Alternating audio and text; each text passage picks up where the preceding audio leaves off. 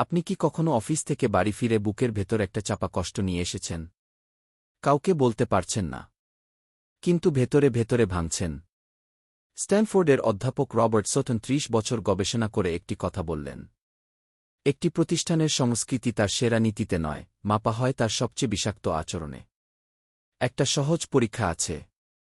যার সাথে কথা বলার পর নিজেকে ছোট মনে হয়, সে বিষাক্ত। যে উপরের মানুষের সামনে মধু, নিচের মানুষের সামনে বিষ, সে বিষাক্ত। সবচেয়ে ভয়ঙ্কর সত্য কি? একজন বিষাক্ত মানুষ ৩ থেকে ৫ জন সেরা কর্মীর স্বপ্ন মেরে ফেলেন প্রতিদিন, নিঃশব্দে।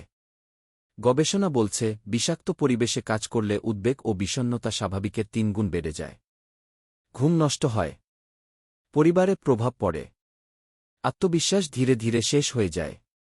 আল্লাহ তায়ালা কোরআনে বলেছেন, কেউ যেন অন্যকে ঠাট্টা না করে, হয়তো সে তার চেয়ে উত্তম।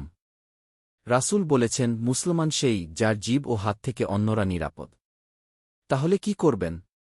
প্রথমত, রেকর্ড রাখুন। তারিখ, সময়, কথা। এটি দুর্বলতা নয়, এটি সবচেয়ে স্মার্ট কৌশল। দ্বিতীয়ত, নিজেকে বলুন, এটি আমার ব্যর্থতা নয়, এটি তার অসুস্থতা। তৃতীয়ত, বিশ্বস্ত মানুষ খুঁজুন, একা বহন করবেন না। চতুর্থত, আপনার যোগ্যতা কোনো বিষাক্ত মানুষের মতামতে নির্ধারিত হয় না। একটা প্রশ্ন নিজেকেও করুন। আমি কি চাপে পড়লে মানুষকে দোষারোপ করি? আমি কি ভুল হলে সত্যিকারের ক্ষমা চাই? আমি কি অধীনস্থদের সাথে আলাদা ব্যবহার করি?